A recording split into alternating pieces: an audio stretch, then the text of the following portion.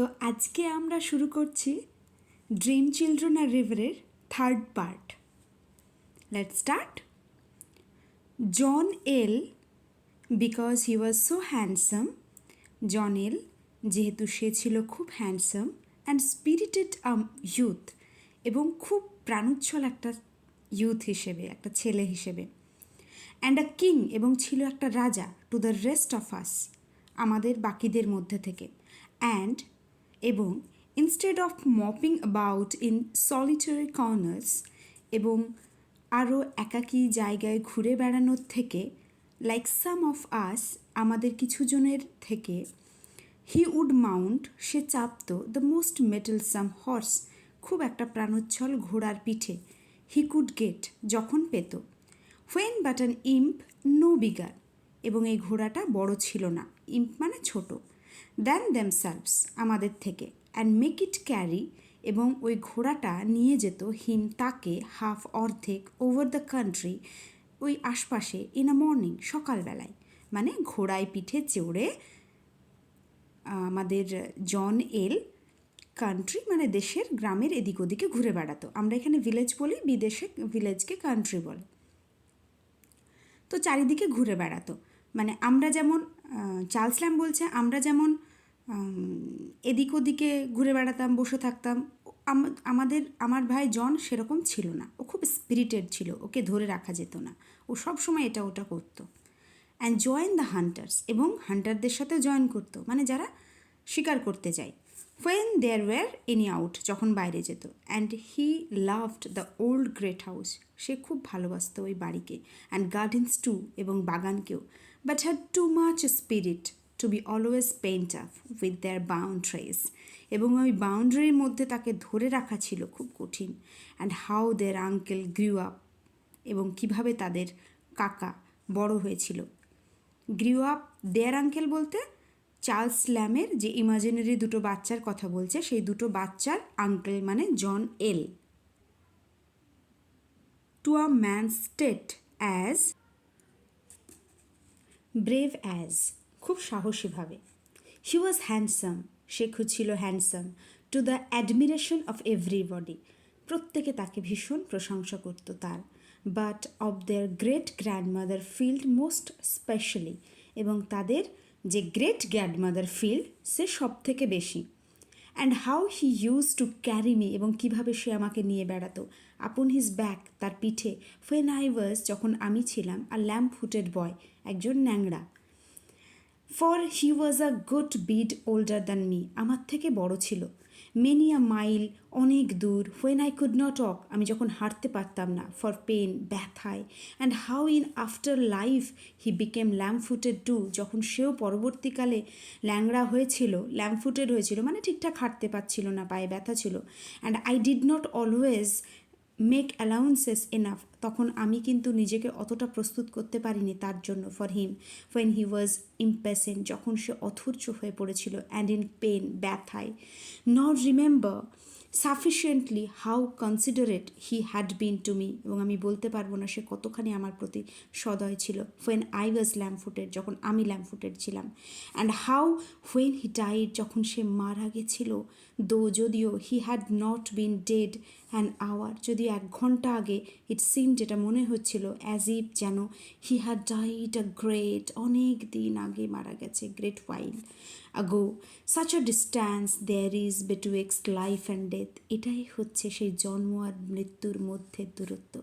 And how I bore his death, এবং আমি কীভাবে যে তার মৃত্যু বহন করেছিলাম, as I thought pretty well at first, প্রথম দিকে আমি এত বুঝতে পারিনি, বাট আফটারওয়ার্ড, কিন্তু তারপরে, ইট হান্টেড অ্যান্ড হান্টেড মি, এটা আমাকে তাড়িয়ে নিয়ে বেড়াতো।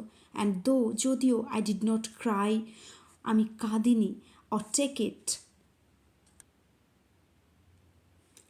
ইট to heart as some do, যেভাবে অন্যরা নেয়। অ্যান্ড আই থিঙ্ক, এবং ভেবেছি, he would have done if I died, আর আমি মারা গেলে সে কী করতো। ইয়েট আই মিসড হিম, যদিও আমি তাকে ভীষণ মিস করতাম, অল ডে, সারাদিন লং, অ্যান্ড নিউ, এবং জানতাম, not till then, how much I had loved him, আমি তাকে কতটা ভালোবাসি সেটা না জানার আগে অবধি। I missed his kindness and I missed his crossness. আমি তার দয়ালু ভাবটা আমি ভীষণ মিস করতাম। অ্যান্ড উইশড হিম, এবং আমার মনে হতো টু বি অ্যালাইভ এগেন, সে আবার আবার তার জন্ম হোক, আবার সে ফিরে আসুক। টু বি ক্রুয়েলিং উইথ মি, আমার সঙ্গে অন্তত ঝগড়া করার জন্য। ফর উই ক্রুয়েল সামটাইমস, যদি আমরা সব কিছুর সময় ঝগড়া করতাম, দুই ভাই যেমন হয় সাধারণত, আমরা ভাই ভাই বোনে বোনে কী করি, মাঝে মাঝে ঝামেলা ঝগড়া করি না, মানে এটা সিবলিংসের মধ্যে very common, you can say problem or enjoyment. Rather than not have him again, তাকে না পাওয়ার থেকে, and was an as uneasy without him, তাকে ছাড়া যেমন অস্থির লাগতো, as he there poor uncle must have been when the doctor took off his lame, এবং যখন তার অবস্থা আরও খারাপ হয়ে গেছিলো যখন ডাক্তার তার পা কেটে অপারেশন করে বাদ দিয়ে দিয়েছিল। Here the children fell a crying, তখন বাচ্চাগুলো কেঁদে উঠেছিল। অ্যান্ড আক্সড ইফ দেয়ার লিটল মর্নিং, যদিও তাদের জিজ্ঞাসা করেছিল আর কিছুটা তাদের মধ্যে যে বাকি আছে কষ্ট, which they had on was not for uncle John, আর তার আঙ্কেলের জন্য শুনতে চাচ্ছে না। অ্যান্ড দে লুকড আপ, এবং তারা দেখলো, and prayed me not go on about their uncle, আর তারা আঙ্কেলের জন্য শুনতে চাইছে না, but to tell them some stories about their pretty dead mother, তারা তাদের মা, সুন্দরী মা, তাদের যিনি মারা গেছেন তার সম্পর্কে জানতে চাইছেন। দেন তারপর আই টোল্ড দেম, আমি তাদের বলেছিলাম, হাউ ফর 7 লং ইয়ার্স, কীভাবে 7 বছর ধরে, ইন হোপ সামটাইমস, কোনো সময় আশায়, সামটাইমস ইন ডিসপেয়ার, কোনো সময় মন খারাপে, ইয়েট পারসিস্টিং এভার, খুব আমি পিছনে পড়েছিলাম। I quoted the fair Alice W N, এবং আমি সেই সুন্দর অ্যালিস উইন্টারের পেছনে, অ্যালিস ডাব্লিউ.এনের পেছনে, as much as children could understand, আমি যতটা ওরা বুঝতে পারে ততটাই বলেছিলাম। এক্সপ্লেইন টু দেম, তাদের বর্ণনা করেছিলাম। উইথ হোয়াট কয়েনিস, কি লজ্জা, অ্যান্ড ডিফিকাল্ট, অ্যান্ড ডেনিয়ালমেন্ট, কতটা কঠিন এবং প্রত্যাখ্যানের একটা মুড ছিল তাদের মায়ের মধ্যে। মেইডেন মানে অ্যালিস ডাব্লিউ.এন, যে ছিল কি না imaginary wife, I mean imaginary mother of the 2 children's.